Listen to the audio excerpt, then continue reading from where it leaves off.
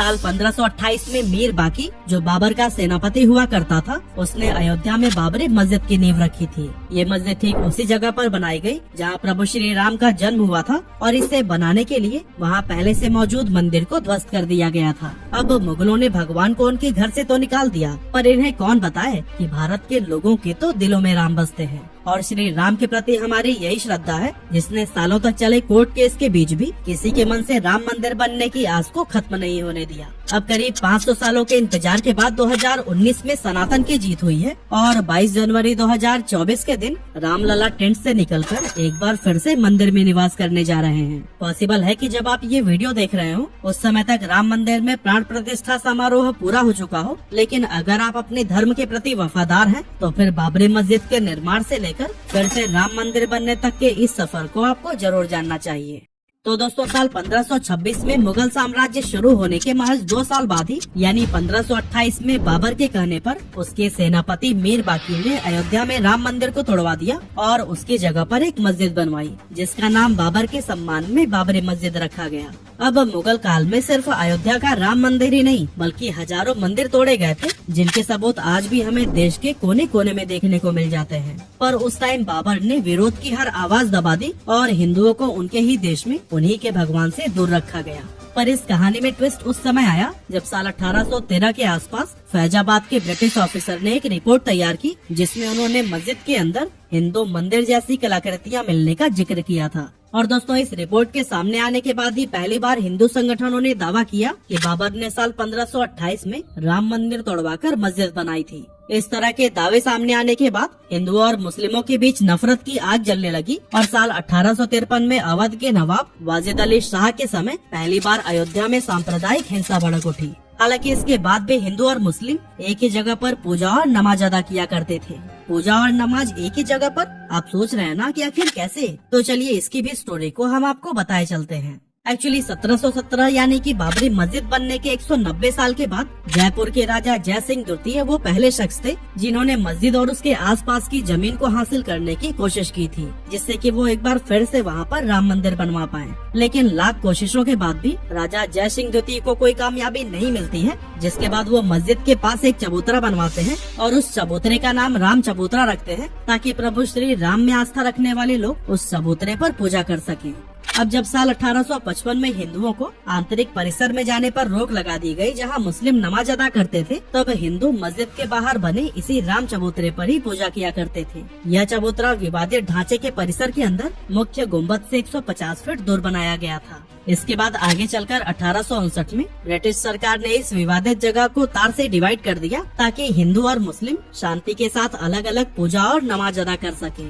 अब दोस्तों, साल 1859 में हुई इस घटना के करीब 26 साल बाद यानी 1885 में राम जन्मभूमि की यह लड़ाई अदालत पहुंची, जहां निर्मोही अखाड़े के महंत रघुबर दास ने फैजाबाद के न्यायालय में बाबरी ढांचे के बाहरी आंगन में स्थित राम चबूतरे पर बने अस्थायी मंदिर को पक्का बनाने और छत डालने की मांग की, जिस पर जज ने ये फैसला सुनाया कि वहाँ हिंदुओं को पूजा अर्चना करने का तो अधिकार है, लेकिन वो मंदिर को पक्का बनाने और छत डालने की अनुमति नहीं दे सकते। हालांकि इसके कुछ दशक के बाद यानी 1934 में अयोध्या में एक बार फिर से दंगे होते हैं, जिसमें बाबरी मस्जिद का कुछ हिस्सा टूट जाता है। हालांकि बाद में इस हिस्से को रिपेयर करवा दिया जाता है, लेकिन यह घटना होने के बाद से यहाँ नमाज बंद हो जाती है। और दोस्तों, ध्यान दीजिएगा, यह वह समय था जब देश पर अंग्रेजों का राज हुआ करता था, लेकिन इसके बावजूद देश की जनता बाबरी मस्जिद बनने के 400 साल बाद भी अपने प्रभु के जन्मस्थली को पाने की लड़ाई लड़ रही थी। उस समय न तो हमारी अपनी खुद की सरकार थी और न ही मीडिया को इतनी आजादी थी कि वो इन मुद्दों को देश के हर नागरिक के सामने ला सके। और तो और देश को चलाने वाली कांग्रेस ने भी इन मुद्दों से किनारा किया हुआ था। हाँ, अगर कोई चिंतित था तो वो थी देश की आम जनता, जो कि अपनी जान की बाजी लगाकर अपने प्रभु के हक की लड़ाई लड़ रही थी। इसी तरह से समय बीतता जाता है और साल 1947 आता है, जब देश को सालों की गुलामी के बाद अंग्रेजों से आजादी मिली थी। आजादी के साथ ही लोगों की ये उम्मीदें भी बढ़ जाती है कि अब तो राम मंदिर बनकर ही रहेगा। लेकिन उस समय की स्थिति तो कुछ और ही बयां कर रही थी। कांग्रेस का कोई भी बड़ा नेता इस मुद्दे पर बात करना तो बहुत दूर की बात है। उन्होंने तो इस मुद्दे को लेकर सीधे अपने हाथ ही खड़े कर दिए थे। और दोस्तों, फिर पॉलिटिकल सपोर्ट न मिलने के बाद ही शुरू होता है असली विवाद। 23 दिसंबर 1949 की सुबह अचानक से चारों तरफ यह बात फैल जाती है कि विवादित ढांचे के अंदर भगवान श्री राम की मूर्तियाँ पाई गई हैं। हिंदू पक्ष ये दावा करने लगते हैं कि बीती रात भगवान श्री राम प्रकट हुए हैं, जबकि मुस्लिम पक्ष ये आरोप लगाते हैं कि किसी ने रात के अंधेरे में चुपचाप वहाँ पर मूर्तियाँ रख दी हैं। अब जैसे इस बात की खबर चारों तरफ फैलती है, दोनों पक्षों के लोग मस्जिद परिसर में इकट्ठा हो जाते हैं। विवाद को बढ़ता हुआ देख उस टाइम के प्राइम मिनिस्टर जवाहरलाल नेहरू जिला मजिस्ट्रेट के नायर को चिट्ठी लिखकर ये आदेश देते हैं कि मूर्ति को वहाँ से हटाया जाए और स्थिति को शांत किया जाए। लेकिन के नायर दंगों और हिंदुओं की भावनाओं के भड़कने के डर से इस आदेश को पूरा करने में हाथ खड़ा कर देते हैं। के नायर प्राइम मिनिस्टर नेहरू जी को जवाब में लिखते हैं कि अगर मंदिर से मूर्तियाँ हटाई गई तो इससे हालात बिगड़ जाएंगे और हिंसा भी बढ़ सकती है। लेकिन दोस्तों, जब यह पत्र नेहरू जी तक पहुंचता है, तब वह नायर जी के खत के जवाब में एक और खत लिखते हैं और फिर वापस से मूर्ति हटवाने की ही बात कहते हैं। लेकिन के नायर इस बार भी अपने हाथ पीछे खींच लेते हैं और मूर्ति को हटाने से साफ इनकार कर देते हैं। इस घटना के 7 दिन बाद ही फैजाबाद कोर्ट के द्वारा बाबरी मस्जिद को विवादित भूमि घोषित करके इसके मुख्य दरवाजे पर ताला लगा दिया जाता है। इसके बाद से 1950 में फैजाबाद सिविल कोर्ट में 2 अर्जी दाखिल की गई, जिसमें एक में रामलला की पूजा की इजाजत और दूसरे में विवादित ढांचे में भगवान राम की मूर्ति रखने की इजाजत मांगी गई। हालांकि 9 साल के बाद तीसरी अर्जी भी 1959 में दाखिल हुई, जिसमें निर्मोही अखाड़ा ने विवादित जगह पर मालिकाना हक जताया था। लेकिन फिर इस अर्जी के 2 साल बाद यानी 1961 में सुन्नी वक्फ बोर्ड ने भी कोर्ट में अर्जी लगाई और मस्जिद व आसपास की जमीन पर अपना हक जताया। ये क्रम लगातार चलता रहा। कभी हिंदू पक्ष तो कभी मुस्लिम पक्ष विवादित जमीन को अपने अधिकार में लेने के लिए तरह तरह के दावे करते रहे। लेकिन इसके बाद 1980 में बीजेपी के गठन के बाद पार्टी ने खुलकर राम मंदिर आंदोलन का मोर्चा संभाला। वहीं दूसरी तरफ राष्ट्रीय स्वयंसेवक संघ और विश्व हिंदू परिषद ने भी राम मंदिर की लड़ाई को तेज कर दिया था। राम जन्मभूमि को आजाद करवाने और उस पर लगा ताला खुलवाने के लिए 24 सितंबर 1984 को बिहार के सीतामढ़ी से राम जानकी रथ यात्रा शुरू हुई, जिसमें हजारों लोग इस यात्रा के साथ जुड़े। 7 अक्टूबर 1984 को यह यात्रा अयोध्या पहुंची, जहां सरयू नदी के तट पर लाखों लोग इकट्ठा हुए। वहां पर अयोध्या में भव्य राम मंदिर का संकल्प लिया गया और फिर यात्रा लखनऊ होते हुए दिल्ली के लिए निकल गई। एक्चुअली इस यात्रा में 31 अक्टूबर 1984 को दिल्ली के विज्ञान भवन में संतों को जुटना था और यही इस यात्रा का समापन भी होना था। लेकिन उसी दिन सुबह सुबह प्राइम मिनिस्टर इंदिरा गांधी की हत्या हो गई और रथ यात्रा को बीच में ही खत्म करना पड़ा। इसके बाद आता है साल 1985 का साल, जब राम मंदिर लड़ाई को एक नई दिशा मिलती है। एक्चुअली इसी साल शाहबानो नाम की एक मुस्लिम महिला अपने पति से तलाक मिलने के बाद गुजारा भत्ता के लिए कोर्ट पहुंचती है, जहां कोर्ट उसके पक्ष में ही फैसला सुना देती है। अब इस फैसले से मुस्लिम समुदाय नाराज हो जाता है और दोस्तों, इस कम्युनिटी के लोगों की नाराजगी को दूर करने के लिए उस टाइम के प्राइम मिनिस्टर राजीव गांधी 1986 में संसद में कानून बनाकर सुप्रीम कोर्ट के फैसले को ही पलट देते हैं। असल में राजीव गांधी 1979 के इलेक्शन के लिए ये सब कुछ कर रहे थे ताकि उन्हें मुस्लिम समुदाय के लोगों से भी वोट मिल सके।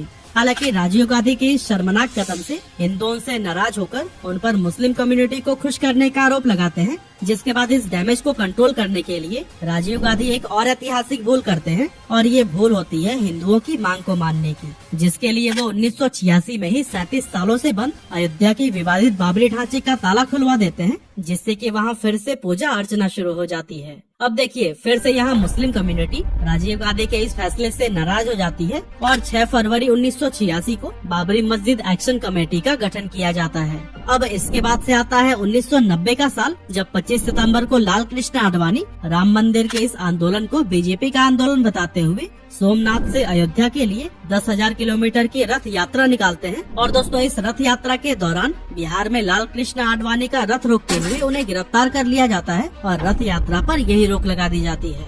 लेकिन असल में जिस दिन यह यात्रा खत्म होनी थी, यानी कि 30 अक्टूबर 1990 को हजारों कार सेवक अयोध्या में जमा हो जाते हैं। अब दोस्तों, जिन्हें कार सेवक के बारे में नहीं पता, उन्हें हम बता दें कि कार सेवक का मतलब उन लोगों से है जो निस्वार्थ भावना से सेवा करते हैं और धर्म की रक्षा के लिए कदम उठाते हैं। अब दोस्तों, 30 अक्टूबर को भी कार सेवकों ने यही किया। वो अयोध्या में विवादित ढांचे पर झंडा फहरा देते हैं। हालांकि पुलिस कार सेवकों को रोकने की बहुत कोशिश करती है, इवन कर्फ्यू भी लगा दिया जाता है। लेकिन जब इससे कोई फायदा नहीं होता, तब भीड़ पर काबू पाने के लिए उस समय यूपी के मुख्यमंत्री रहे मुलायम सिंह यादव कार सेवकों पर गोली चलाने का आदेश दे देते हैं, जिससे कि कई सारे कार सेवक मारे जाते हैं। दावा किया जाता है कि पुलिस की इस गोलाबारी में 55 राम भक्त मारे गए थे, जबकि यूपी पुलिस 17 कार सेवकों के मारे जाने की ही बात को मानती है। इसके बाद आता है 6 दिसंबर 1992 की तारीख। उस समय पीवी नरसिम्हा राव देश के प्राइम मिनिस्टर थे और कल्याण सिंह यूपी के मुख्यमंत्री। इसी दिन 2 लाख कार्य सेवक विवादित ढांचे के पास इकट्ठा हो जाते हैं। और दोस्तों, कहा जाता है कि कार सेवकों के अयोध्या पहुंचने से पहले ही कल्याण सिंह कोर्ट को ये भरोसा दिला चुके थे कि ये विवादित ढांचे को किसी भी तरह का कोई नुकसान नहीं होने देंगे। साथ ही दोस्तों, ये भी खबर मिलती है कि कल्याण सिंह ने पुलिस को ये आदेश दिया हुआ था कि चाहे कुछ भी हो जाए वो भीड़ पर गोली नहीं चलाएंगे। वहीं दूसरी तरफ हजारों कार सेवक जो 6 दिसंबर 1992 की सुबह विवादित ढांचे के पास खड़े थे, वो दोपहर तक ढांचे के ऊपर चढ़ जाते हैं और 1:55 पर विवादित ढांचे के एक गुम्बद को गिरा देते हैं। और फिर 1.5 घंटे बाद यानी करीब 3:30 बजे वो दूसरा गुम्बद भी गिराते हैं और फिर शाम के करीब 5 बजे तक वो तीनों गुम्बद ही गिरा देते हैं, जिससे कि पूरे यूपी में हाहाकार मच जाता है। और स्थिति को काबू में करने के लिए यूपी में राष्ट्रपति शासन लगा दिया जाता है। ढांचा गिराए जाने के कुछ ही घंटों के बाद से कल्याण सिंह जी यूपी के मुख्यमंत्री पद से इस्तीफा दे देते हैं। लेकिन उस टाइम उन्हें देखकर ऐसा लग रहा था कि इस बात का उन्हें कोई मलाल ही नहीं है। और दोस्तों, इस बात को उन्होंने 2019 में खुद स्वीकार किया था, क्योंकि जब सुप्रीम कोर्ट से राम मंदिर पर फैसला आया तब एक न्यूज चैनल से बात करते हुए कल्याण सिंह ने कहा था कि ढांचा ढहाए जाने का मलाल न तो तब था और न अब है। राम मंदिर बनने के फैसले से मैं इतना खुश हूँ कि अब मैं चैन से मर पाऊंगा। खैर, 1992 की घटना के बाद भी अलग अलग जगह पर कई बार दंगे हुए, जिसमें बहुत सारे लोग मारे गए, लेकिन इसके बावजूद कोर्ट में शांति छाई रही।